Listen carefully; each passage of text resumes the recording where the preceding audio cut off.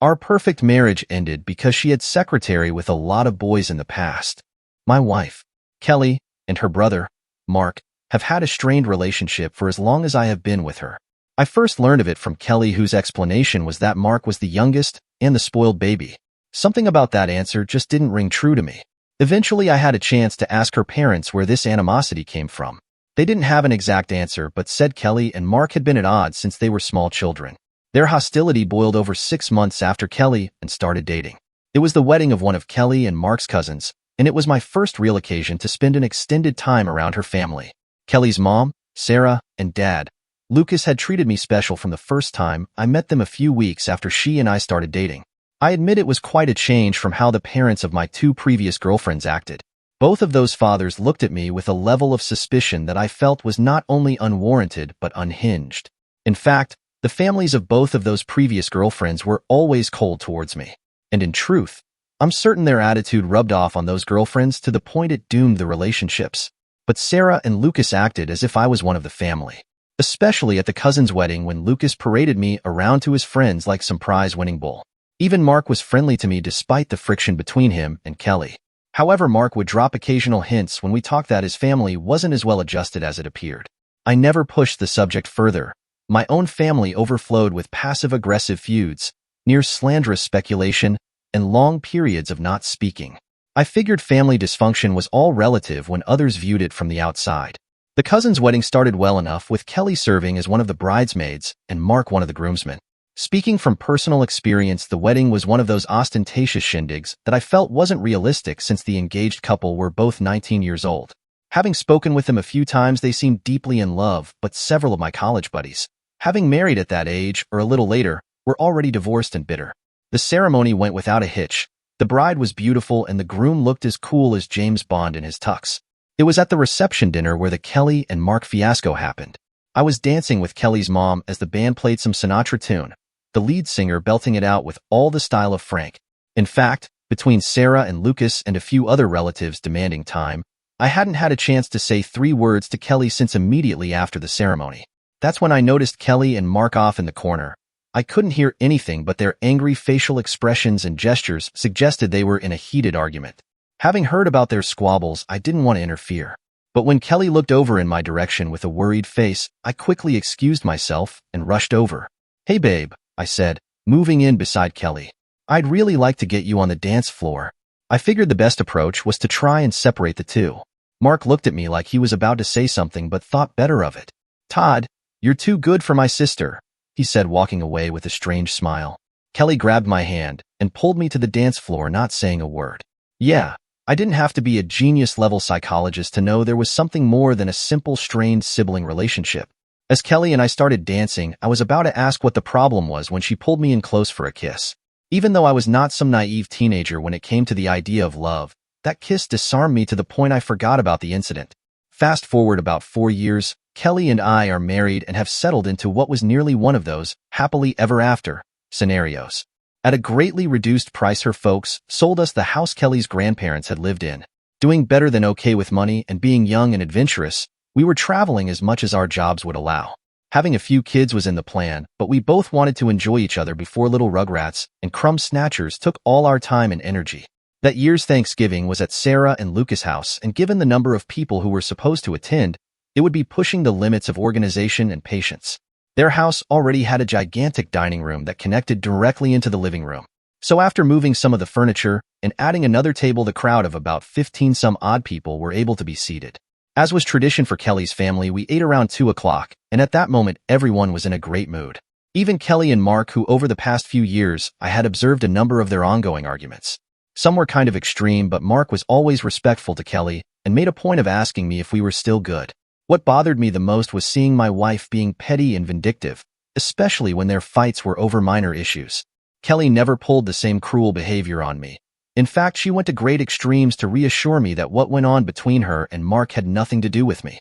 As we settled in at the dining room table, Kelly and I were seated next to each other while, by chance, Mark and his new girlfriend were across from us. The damn turkey hadn't even received its first cut when things went as shit. "Miranda," Kelly said, passing the mashed potatoes to me, "it's so good to finally meet you. I've heard such good things about you from my mom and aunts."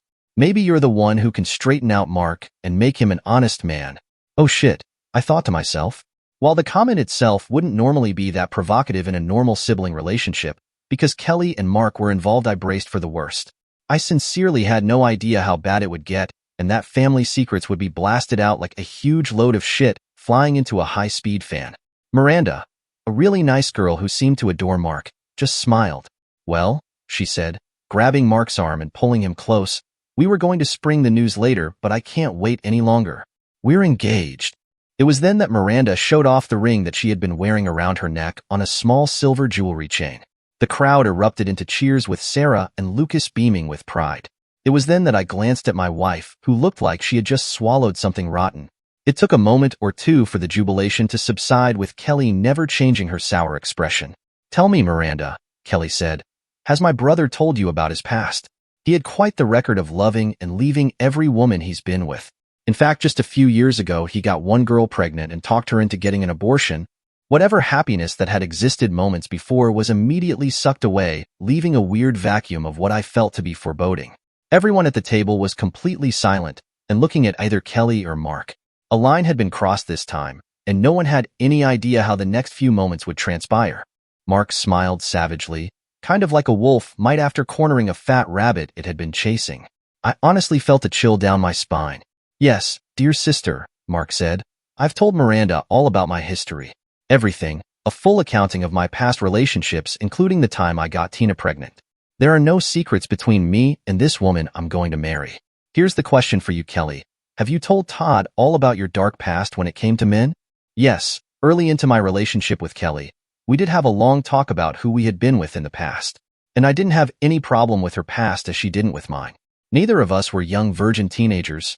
Both of us had been around the block a few times. So when I looked over at my wife, I was expecting to see a similar smile of certainty, that everything about our past was out in the open. What I saw on my wife's face was fear. Mark had punched a sore point Kelly obviously didn't want me to know about. It's okay, babe, I said, looking at her. I love you, and I'm not worried about what you did in the past. You'd have to be married to understand. But when I placed my hand on Kelly's to reassure her, I knew she had been about to jump up and run out the room. Here's the thing, Todd, Mark began. Kelly's been with a lot of guys. That's when the family started protesting, saying it wasn't the time or place to discuss such matters. I glanced over at Kelly's dad, who warned Mark. It was the only time I had ever seen an angry expression on his face. Come on, Mark, I said, still foolishly hoping to defuse the situation. Kelly and I aren't teenagers, and in honesty, I've got a history myself. Todd, I like you, and you've been great to my sister, but you need to know the truth, Mark said, motioning for everyone else to shut up. Everyone fell silent, the tension so thick the knife that was supposed to be used on the turkey wouldn't have scratched it. Todd, my sister has been with well over 100 guys. Mark, come on, man, I said. I know you and Kelly have issues, but let's keep things civil. I'm asking you as a friend to stop this shit right now. Todd, I know you think I'm lying to piss off my sister, but it's true. My dear sister was a full-fledged slut during college. How do I know this? Because she was expelled after having gotten caught fucking a house full of frat boys. See, somewhere along the way she caught an STD and, well, they had to track down all the guys she had contact with. I was speechless and getting ready to launch myself across the table and beat the shit out of my brother-in-law. But I looked over at Kelly first and saw the expression on her face. She was holding back tears, and the expression of shame on her face told me it was true. Yes, it bothered the shit out of me.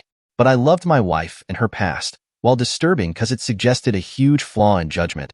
I completely believed she was a different woman now. You knew what, Mark, fuck it, I said, standing up, getting ready to defend my wife. I don't care. Kelly has been a fantastic wife and never done anything at all to threaten our marriage. You sure? Mark said. You remember my cousin's wedding? Shut the fuck up, Mark, Kelly yelled. You've done enough damage for today. I'm ashamed of how I acted back in college. I wasn't coerced nor drunk, but I was ungodly stupid, and I'll never live down those past actions. Oh, I touched a nerve, Mark said, smiling. Miranda got up and was doing her best to pull him away from the table. Listen, Todd, he said. You remember the best man? A guy named Robert? I caught Kelly and him sneaking out of one of the unused dressing rooms at the church. Their clothes were a mess, and when they saw me and my buddy Mac, they both panicked. I know you're going to hate my guts from now on, but you deserve to know. I looked down at Kelly expecting to see defiance or anger on her face. All I saw was more shame. Is it true? I asked, suddenly numb. Yes, she whispered, looking away from me. This is when I had the absolutely crazy idea. The reason Kelly's parents and other relatives made such an effort to make me feel comfortable and welcome was because they were, in their view, trying to get me to buy damaged goods. I looked around the table, and while the idea was inhumanly ridiculous, all I saw on their faces was shame. Like they were all a bunch of toddlers that got caught torturing a cat. I was overwhelmed with the urge to get away from all of them. Todd, please, Kelly said, trying to grab my hand, but I was out the door before anyone could stop me. Driving away seconds later, it felt as if a huge weight had been lifted off my shoulders. Hours went by with me driving around until I finally realized I needed to go home and pack a bag, because there was no way in hell I could stay at the house with Kelly. The obvious choice for a refuge was my uncle's guest house. It sat a mile down the road from the main house, and you had to know it even existed to find it. I could crash there as long as I needed, which I thought might be measured in months. The next day, Kelly began blowing up my phone with voicemail and text messages. It was late afternoon when I finally talked to her. She made the expected pleas of it was a mistake, that she only loves me, that she will spend the rest of her life making it up to me. As Kelly pleaded, I realized that if all she had done was cheat once while we were dating, I could have forgiven her. Yeah, it was a knife to the heart, but I truly loved that woman. But the idea that they had to track down over 100 guys after a college party because she turned positive with an STD afterward was just something I was shamefully having trouble letting go. Another thing that irked me was the idea I couldn't shake was that her family made a point of hiding the info on both the college orgy and that she cheated during the cousin's wedding.